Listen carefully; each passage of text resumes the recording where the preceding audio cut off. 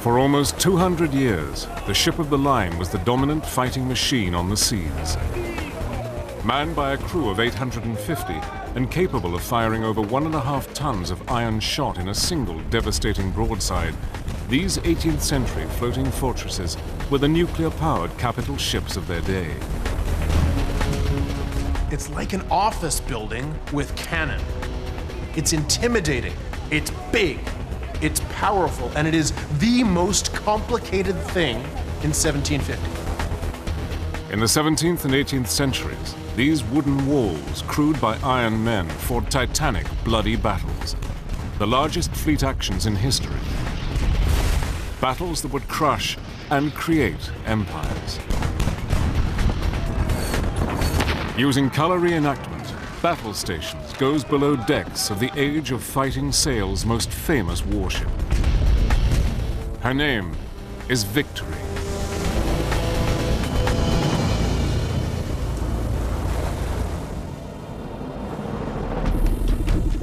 October the 21st, 1805. Trafalgar, 40 miles west of the Rock of Gibraltar. 50,000 men and 60 warships engage. The greatest sea battle the world has ever seen has begun. No quarter is expected. None will be given. They were such grim, desperate, savage, brutal battles, and the chance of surviving them was, 1 in 3 if you were at the front of the line. Napoleon Bonaparte, the French tyrant of Europe, has commanded his Franco-Spanish fleet to gain control of the English Channel. But blocking his ambition as well as his ships is a British fleet. Its flagship is HMS Victory, commanded by Admiral Horatio Nelson. He stands under fire. He doesn't hide, he doesn't shirk from the battle, he leads the battle. So Nelson's job is to reduce the battle to a melee of ship on ship and leave his men and Victory to do what they do best: close in, finish off, destroy.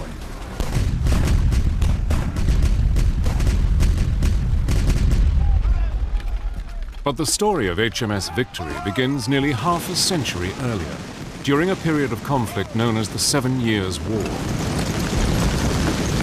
In the 1750s, the British and the French are vying in Canada and the Caribbean for control of the wood and the fur resources of Canada and for the sugar resources of the Caribbean. There's a lot of money at stake in the 1750s, and Britain and France are fighting over it. For over 400 years, Britain has relied on its navy. Britain is a maritime trading nation, and that means in order to ensure that British merchants can go all around the world and make all the money that they want, they need ships to protect them. These wooden walls form the country's first and most important line of defense. In 1759, with this latest war against France, Parliament ordered the construction of 12 new ships. Unlike any previous war, we were now fighting on 4 different continents, and therefore the Navy needed to supplement their fleets with a considerable number of vessels to fight on these various fronts. In the late 18th century, the most sophisticated warship any navy could possess was the 100-gun, first-rate ship of the line. In 1750, nothing is more complicated than a sailing ship, and no sailing ship is more complicated than a ship of the line. And the biggest ship of the line in the Royal Navy is a 100-gun first-rate like HMS Victory. In many respects, looking upon it from a 21st century point of view, she is the equivalent of a intercontinental ballistic missile submarine. The surveyor of the British Navy, Sir Thomas Slade, would design the finest example of a first-rate ever produced in Great Britain. A ship that would take center stage in one of the most famous naval battles in maritime history.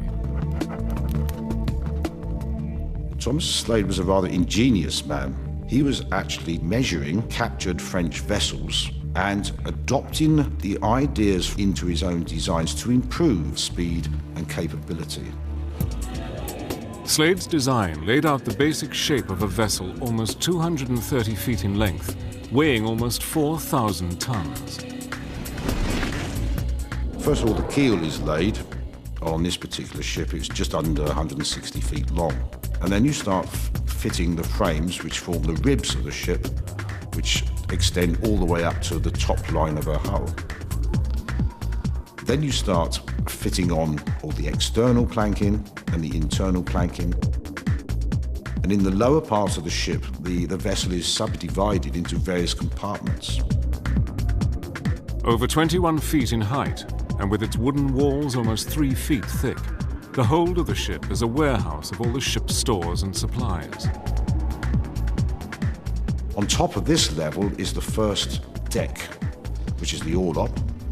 Then we come above the waterline and we have our first gun deck. This is 186 feet in length, and it mounts the heaviest armament, some 90 tons in all, of 30 in number 32-pounder guns. Here, in this cramped environment, in between cannon weighing 2.5 tons each, 350 seamen worked, slept, and ate. Rising above that deck, you then have the middle gun deck with 28 in number 24-pounder guns. Rising to the next tier, the upper gun deck, you had 30 12-pounder guns. Coming up to the next level, we then actually rise onto the open decks. She has a quarter deck and a forecastle, and above the quarter deck, an even shorter deck known as the poop.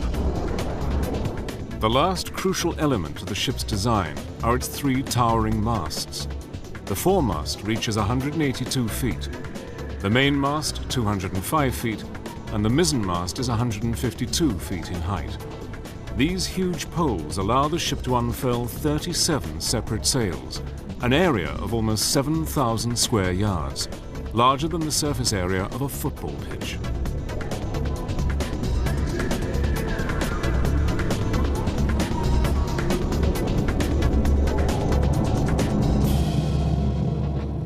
But in the pre-industrial 18th century, producing a warship of this scale and sophistication was a monumental undertaking. To build a ship like Victory, you need to clear a forest of oak trees. You need to import masses of timber from abroad, particularly pine for the masts. You need to import flax and hemp to make the sails and the ropes. All kinds of materials from around the world have to be assembled in a very large production unit, major British dockyard. 26 miles of rope and almost 1,000 blocks of various sizes were needed for the ship's rigging. Another 800 blocks were needed to work the guns, and each vessel needed numerous spares. 6,000 trees were felled to build the ship's hull, accounting for almost 300,000 cubic feet of oak. Enough wood to clad the Empire State Building 1.5 times. The Royal Navy of the Revolutionary Napoleonic Wars is so large, and it gets through so much material, that it pioneers what we think of as modern industrial production.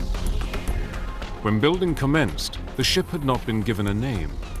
Just a year into construction, the wooden structure taking shape in its dry dock was finally christened.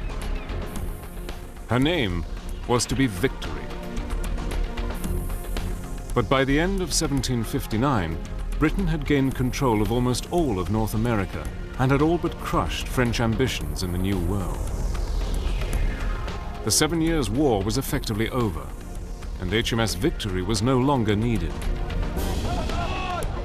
Built at a cost of more than £50 million in today's money, the Royal Navy's newest battleship was not required for immediate service.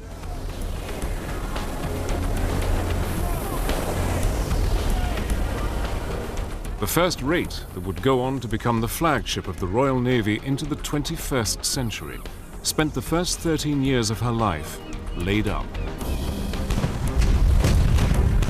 But a new conflict on the other side of the Atlantic would see Victory in active service.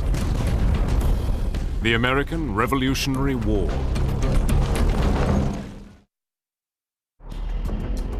With the formal end of the 7 Years' War in 1763, Great Britain had doubled the size of its North American empire.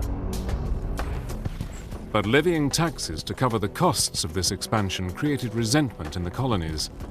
With France as an ally, the colonists challenged British rule. The Revolutionary War had begun. In 1778, HMS Victory readied for war. Once a man of war was at sea, she had to be entirely self-sufficient. Before sailing, it was necessary to load a vast quantity of stores and provisions for the ship's survival. The ship could carry up to 357 tons of water. Then she would carry something like 50 tons of beer, some 45 tons of salted meat, beef or pork, 2 tons of peas, 2 tons of butter, 45 tons of bread in biscuit form, and a further 10 tons of flour. It is probably the same kind of logistics problem of storing one of these ships as it is to prepare a cruise liner for the Caribbean today. In addition to food, HMS Victory would need a crew. Any warship of any period is only as good as the quality of the men on board, because every piece of work on the ship requires large numbers of men applying skill and physical force to carry out the job. The captain was assigned the ship by the Admiralty, and it was his responsibility to find its crew. Some will have joined the ship voluntarily, having served with the captain on previous vessels. But others, a small proportion, would have been criminals who chose service over jail, or those unlucky enough to have been impressed. In times of conflict, when volunteers and recruits were scarce, press gangs would seize and carry individuals into service by force. The press had quotas to fill, and if you tell a press officer that he's got to impress so and so many able seamen over the course of a week, and he's a little bit short of his quota, well, perhaps a shepherd or two is going to find himself aboard ship wondering how he got there. Though life on board a ship of the line in the 18th century offered little in the way of comfort, conditions were not as bad as popular depictions would have us believe. A Royal Navy vessel of the 18th century represented a microcosm of British society. Class and the privilege of rank meant that for the officers, life on board a ship of the line was more comfortable than that of the common sailors. In the closed and stuffy environment of the ship's gun decks, the majority of the ship's company was housed. On one deck alone, 350 men would work, eat, and sleep around the main armament of 32-pound guns. I think there's no doubt that the life on board in the late 18th, early 19th century would be profoundly shocking to us now, both in terms of diet, and discipline, and work, and even only having 14 inches of hammock space. It's all immensely cramped and uncomfortable and difficult, but it's always relative. The conditions for the men on board are infinitely superior to those ashore, because the men get 3 square meals a day, they get meat several times a week, which nobody on shore in an agricultural labouring job could rely on. They're treated better than people ashore because they're worth more. The state needs these men. For the majority of the crew, their diet consisted chiefly of salt beef or pork, oatmeal, biscuits, and occasionally cheese and butter. Hot food could only be prepared at the galley stove in calm weather, and there were no fresh provisions except on rare occasions. Although the food would be monotonous, it was given in good quantities, and the average seaman then was actually eating between 4,500 and 5,000 calories a day. And he needed this amount of calories primarily because the work on board was all manual and hard. Crucial to the well-being of the ship's company was its surgeon. By providing medicine to maintain the general health of the crew, he would treat everyday ailments from boils and sores to diseases and the horrific maiming injuries caused by battle. But 18th century sailors would often seek the solace of other, more common medicines: beer, and diluted rum, known as grog. And you didn't get a little bit of rum, you got a lot of rum. And the great big beaker of rum that every sailor got every single day kept the sailor in, to some extent, a perpetual state of mild alcoholic euphoria. You have to remember that during the 18th century, alcohol was drunk by nearly everybody from a very early age. And the reason why people drank beer was because it was safer than drinking water.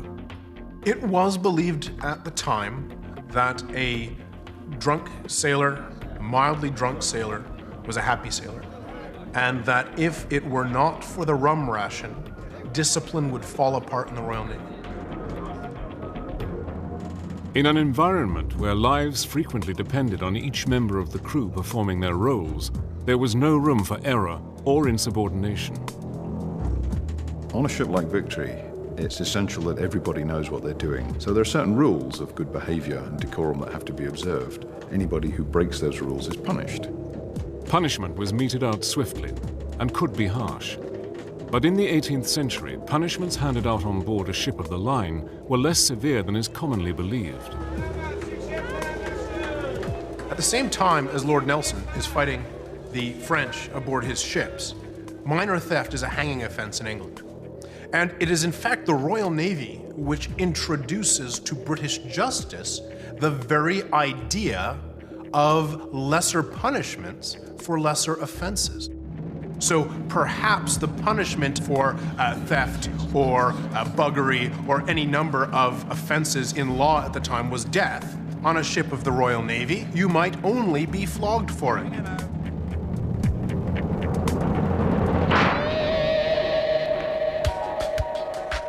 For the skilled seaman, the day was governed by a series of watches.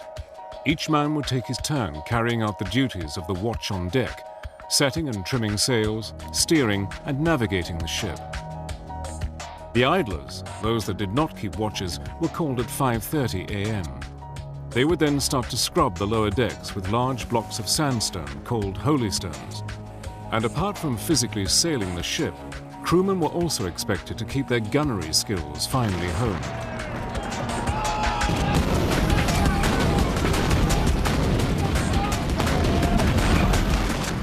Each gun was manned by a 6-man crew, known by numbers to make orders easier in the noise of battle.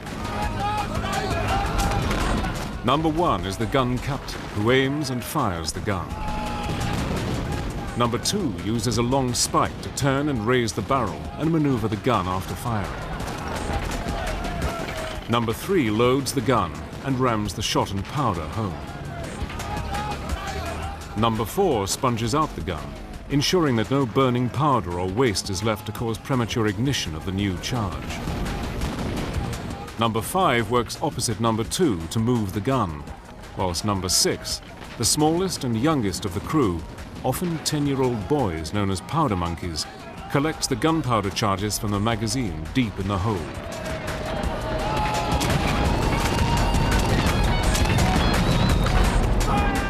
That crew in itself is just as important as the gun. If they're not in the right place at the right time, then the whole process goes to pot. So, for example, in a Formula 1 team, if the chap with a fuel hose forgets to stick it in at the wrong time and the fuel goes all over, it all stops. You lose the race, and that's it. If you lose the race in Napoleonic warfare, you're dead. It's as simple as that. The Victory's gun crews are trained with pinpoint precision and can carry out the complicated procedure to fire and reload their guns in just 90 seconds. Gun fires, gun is swabbed, gun is loaded, gun is rammed, gun is loaded with ball, gun is rammed, gun is loaded with wad, gun is rammed, gun is run out again, gun is fired, over and over again, like pistons in an engine. Fighting at sea is a deadly business. A cannonball of the period is the same concept as a modern depleted uranium warhead. It takes the potential energy of a ball and a big bag of low explosive gunpowder, converts it into the kinetic energy. Mass times velocity is momentum. Momentum hits sailor, wham, sailor is jelly.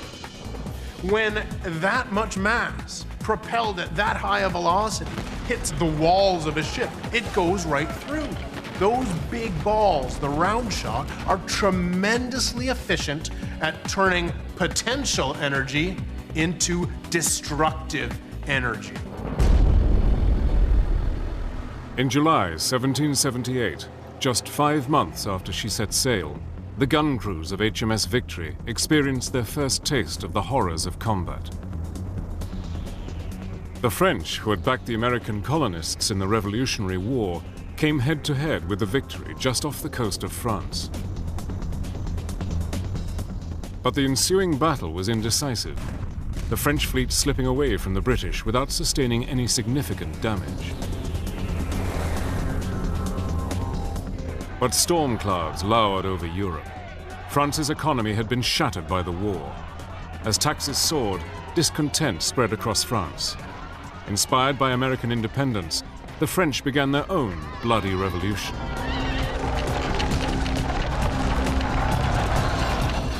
The outcome would change the face of Europe forever and present the Victory with her greatest challenges.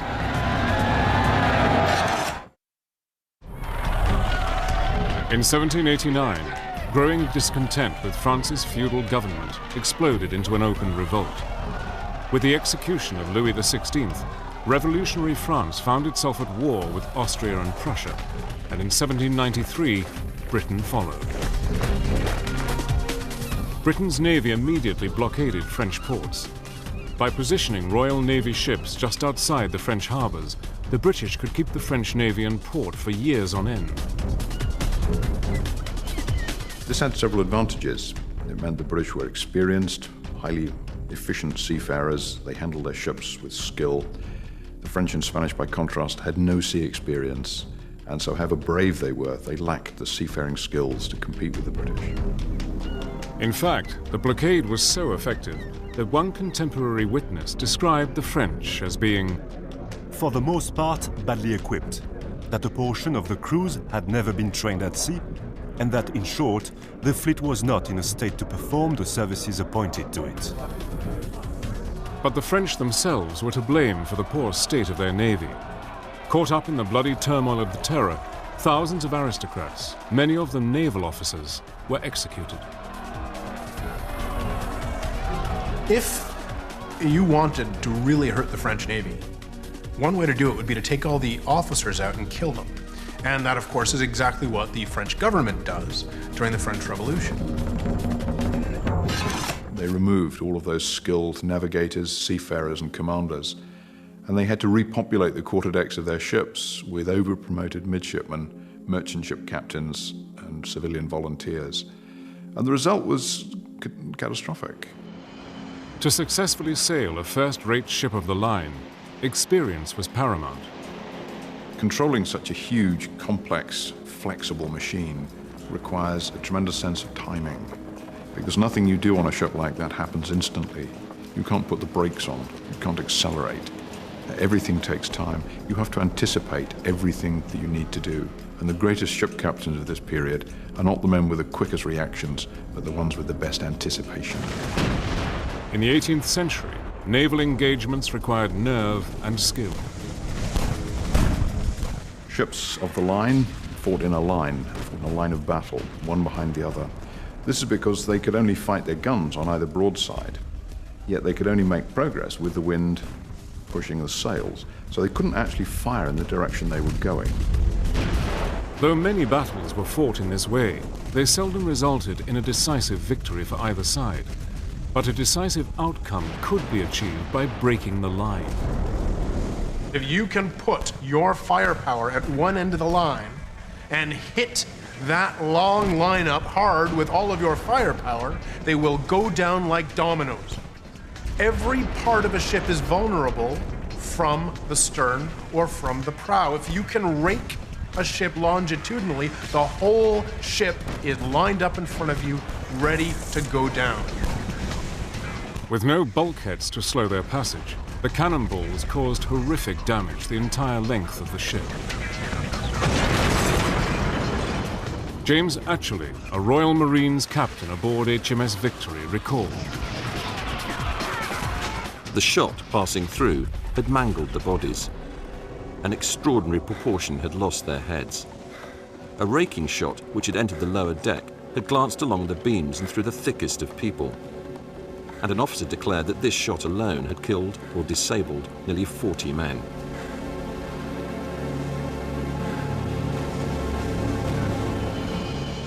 On February the 14th, 1797, at Cape St. Vincent, near Gibraltar, HMS Victory faced a numerically superior Spanish fleet on its way to join the French.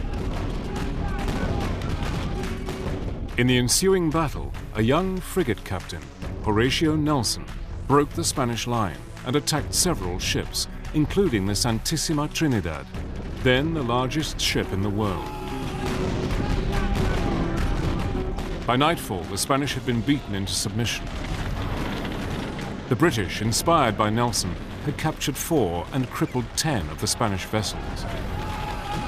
Britain had secured its unassailable position in European waters, thanks largely to Nelson, a man who would later become a legend. In October 1797, the Victory returned to England, where she was refitted and repainted with her distinctive black and yellow livery.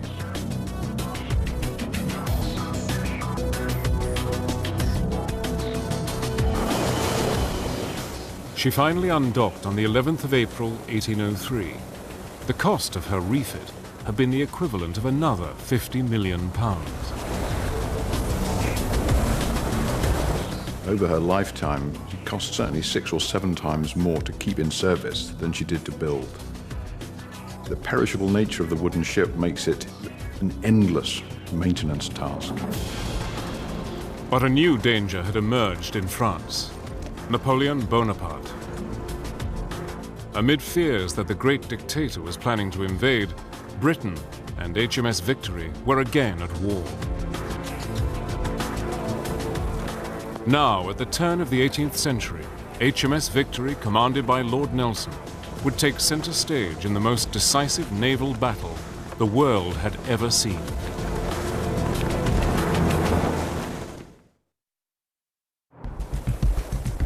The early 19th century saw a brief period of peace signed between Britain and France at Amiens in 1802, but it was an uneasy agreement, and war broke out again in May 1803. Napoleon Bonaparte, the tyrant of Europe, had set his mind on the conquest of Britain. In order to force Great Britain to do his will, Napoleon Bonaparte is prepared to invade Great Britain. In order to get to Great Britain, he's got to cross the English Channel.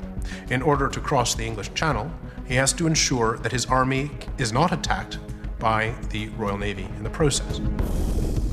With his navy blockaded in ports throughout Europe, the great dictator gathered an army more than 120,000 strong in the Pas de Calais. But Bonaparte knew that before any invasion could take place, the Royal Navy must be swept from the English Channel. Let us be masters of the Straits for 6 hours, and we shall be masters of the world. The scene was set for the most decisive naval battle in history, Trafalgar. The biggest problem that the French have in fighting at sea is Napoleon. Napoleon is a master of war. He understands battles, campaigns, tactics, strategy, but he hasn't the faintest idea about the sea.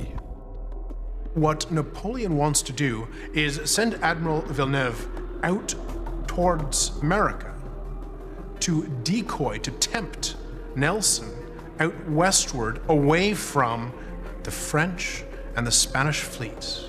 His entire policy is hanging on the one question of whether he can decoy enough of the Royal Navy far enough away to enable him to shape the battle space for this crossing. But Admiral Villeneuve, Napoleon's commander of the Franco-Spanish fleet, had encountered Nelson before.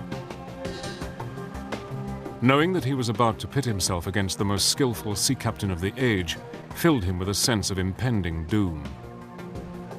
So Villeneuve, in the weeks and months leading up to Trafalgar, says, look, we can't compete with these people. They're more dynamic, they're more aggressive, they're more innovative than we are.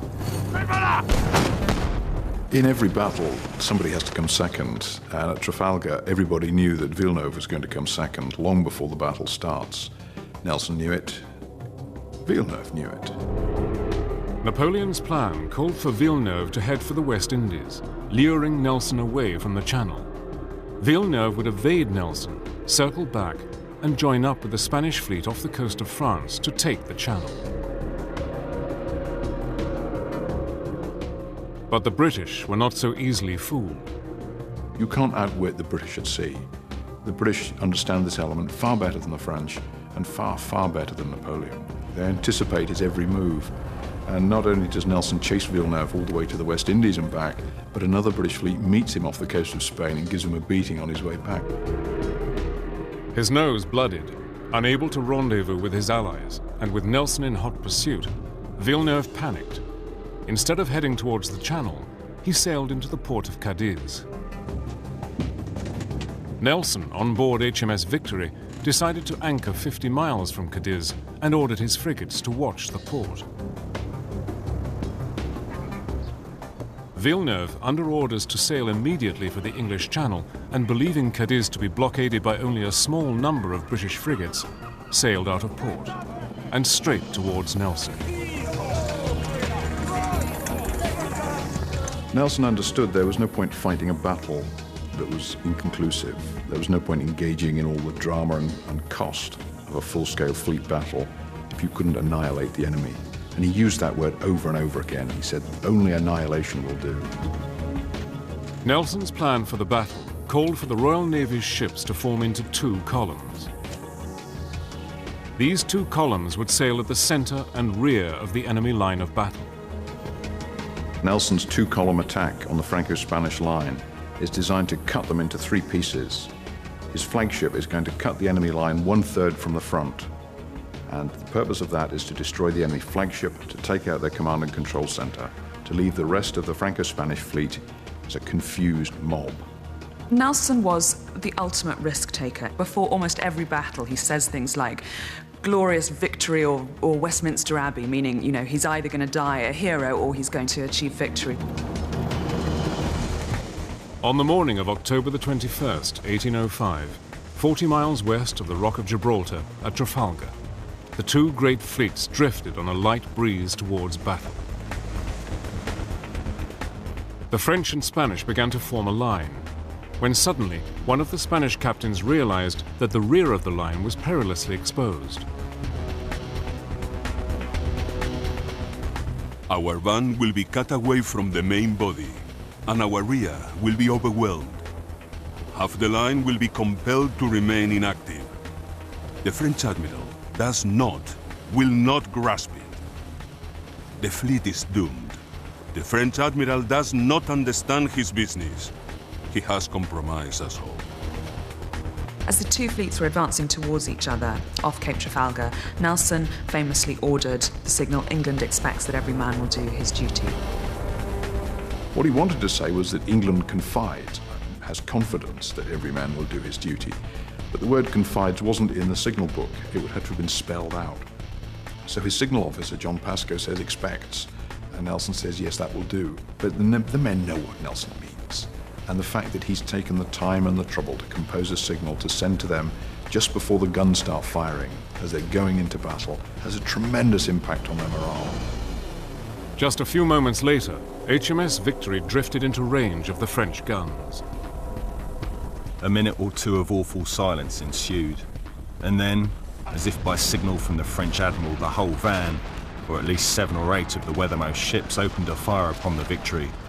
Such a fire has scarcely before been directed at a ship.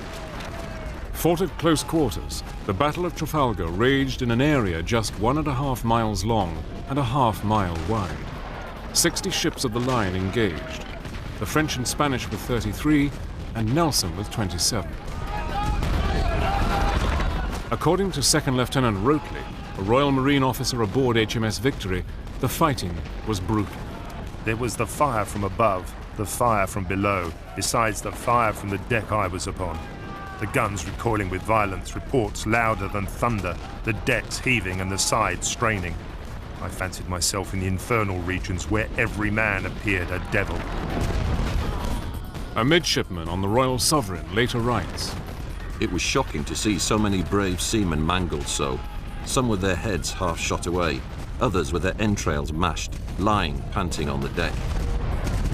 Almost 2 hours after the battle had begun, a single musket shot fired from the rigging of the French ship Redoutable rang out. Though it was only one of tens of thousands of shots to have been fired that day, its impact was the most devastating. The battle that had been masterminded by Britain's hero of Cape St. Vincent had all but been won, but Admiral Nelson lay dying. Amid the chaos of the Battle of Trafalgar, Admiral Nelson, Britain's hero of the Battle of Cape St. Vincent, was fatally wounded.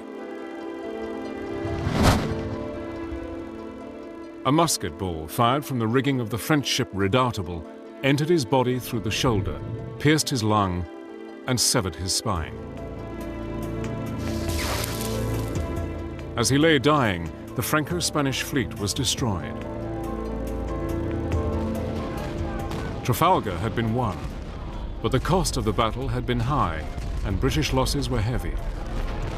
Almost 450 killed and another 1,300 wounded.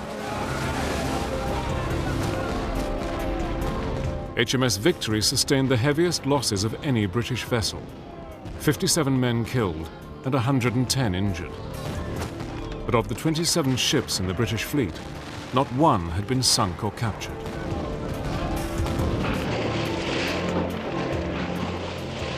For the French, it was a different story. The Franco-Spanish fleet had lost 4,500 men. Nearly 3,000 were wounded, and 17 of their 33 ships were captured by the British. At the Battle of Trafalgar, Nelson sinks enough of the French Navy and the Allied Spanish Navy to ensure that France cannot impose its will on the British at sea for the rest of the Napoleonic Wars. The Battle of Trafalgar is the ultimate naval combat. It doesn't decide who wins the battle, it decides who wins the war. And that war doesn't mean that the British have to go back and do it all again later. Nobody takes the British on in fleet-to-fleet battle for another 110 years. That's how important Trafalgar is. Nobody would take on Nelson's heirs, nobody would dare. And so for more than a century, the British have undisputed command of the ocean, unrivaled grasp on world trade, which makes them rich and successful. Shortly after hearing the news of his victory, Nelson died. HMS Victory's company were grief-stricken. Great God, a seaman exclaimed on hearing the news. I would rather the shot had taken off my head and spared his life.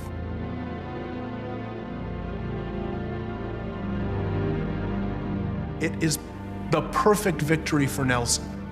He saves the country, and he dies in the process. Not only is Lord Nelson a hero, he's a martyr. Is it any wonder that the British people build a great big stick in the middle of London and put a statue of Lord Nelson on the top of it?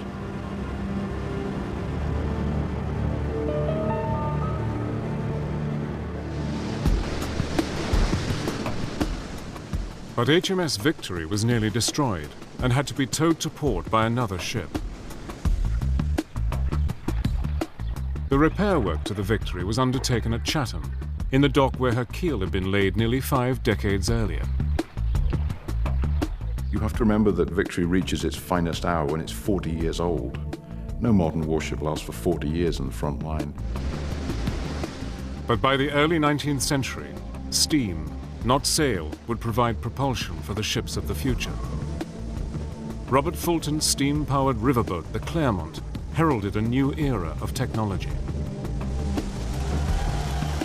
The age of fighting sail would soon be a thing of the past. Even when she's laid down in 1759, Victory is already a very mature technology. Wooden sailing ships have been around for a long time, muzzle-loading cast-iron cannon as well. And in the same year, James Watt comes up with a separate condenser, leading to the first successful steam engines and the beginnings of the Industrial Revolution. And the irony for Victory is that she will outlast almost all of her contemporaries as warships, but she'll be rendered obsolete by steam power.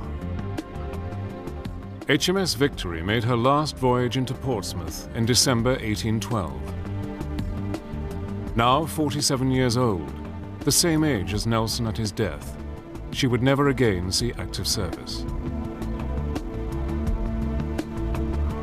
After such an illustrious and important career, the final entry in her log reads, "Moderate breezes and snowy weather. Ship returning the remaining stores to the victualling office and dockyard. Signed, P.H. de Moresque, Captain."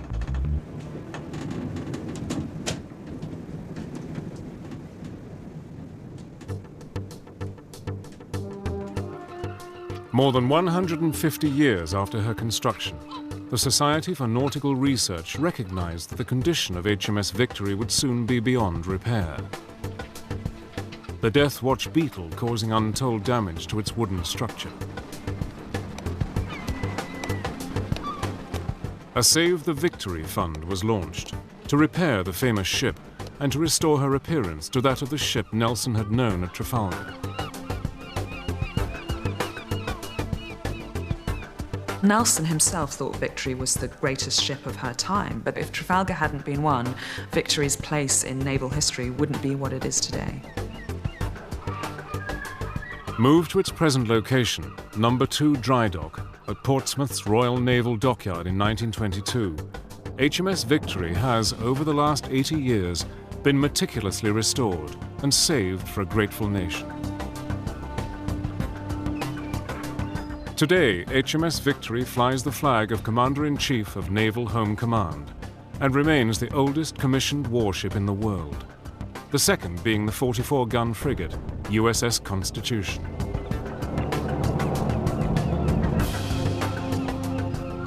Open to the general public, the first-rate 100-gun HMS Victory remains a living monument to the courage and determination of those who fought with Nelson during the Napoleonic Wars, the golden age of fighting sail, and of the Royal Navy's finest hour.